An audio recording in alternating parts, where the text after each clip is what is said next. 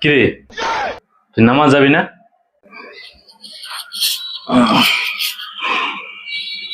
না আব্বা, তুমি যাও, আমি একটু ঘুমাই।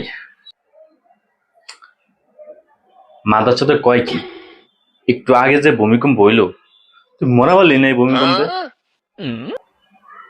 এই জন্যই ঘুমাইতেছি। ভূমিকম্প যেভাবে হইছে মনে হচ্ছে বিল্ডিং ভেঙে যাবো। ওমা, থরথর করে কাঁপতেছিলাম, খুব ভয় পাইছি। ঘুমায় নাই, প্লিজ যাও না।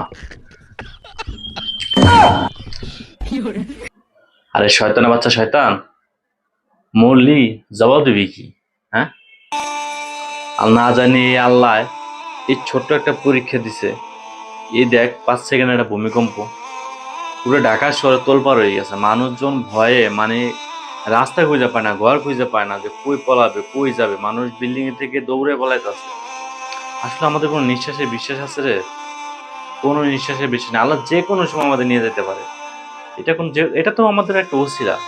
তাই বলি কি বাবা, ভালো পথে আয়, ঠিক আছে? নামাজ কালাম পর, আল্লাহর গোলামি কর। কবর যেয়ে কি জবাব দিবি? হ্যাঁ, কবর যেয়ে একটা জবাব তো তোকে দিতে হবে না? তোকে দুনিয়ায় আল্লাহ মানুষ হিসেবে পাঠাইছে, সৃষ্টির সেরা জীব হিসেবে পাঠাইছে। এই ভূমিকম্পটুকু দেখেও কি তোর মনে একটু প্রশান্তি জাগে না? আল্লাহর ভয় এটা আসে না? তুই আর মানুষ হবি কবে?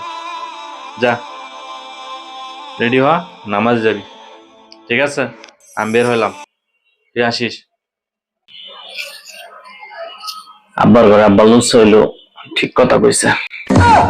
আসলেই তো, যদি এই ভূমিকম্পতে মরে যাইতাম, যেইভাবে মানুষজন ছোটাছুটি করছে, হায় আল্লাহ, মাথা মতো পুরো ঘোরাইছে। মনে হলো যে এই বুঝে ভেঙে গেল। না না, আব্বার কথাই ঠিক। আচ্ছা ঠিক আছে আব্বা, তুমি যাও, আমি আইতাস। আসবি কিন্তু। হ্যাঁ হ্যাঁ, আসবো, যাও। দুনিয়া কয়দিনে, ঠিকই তো।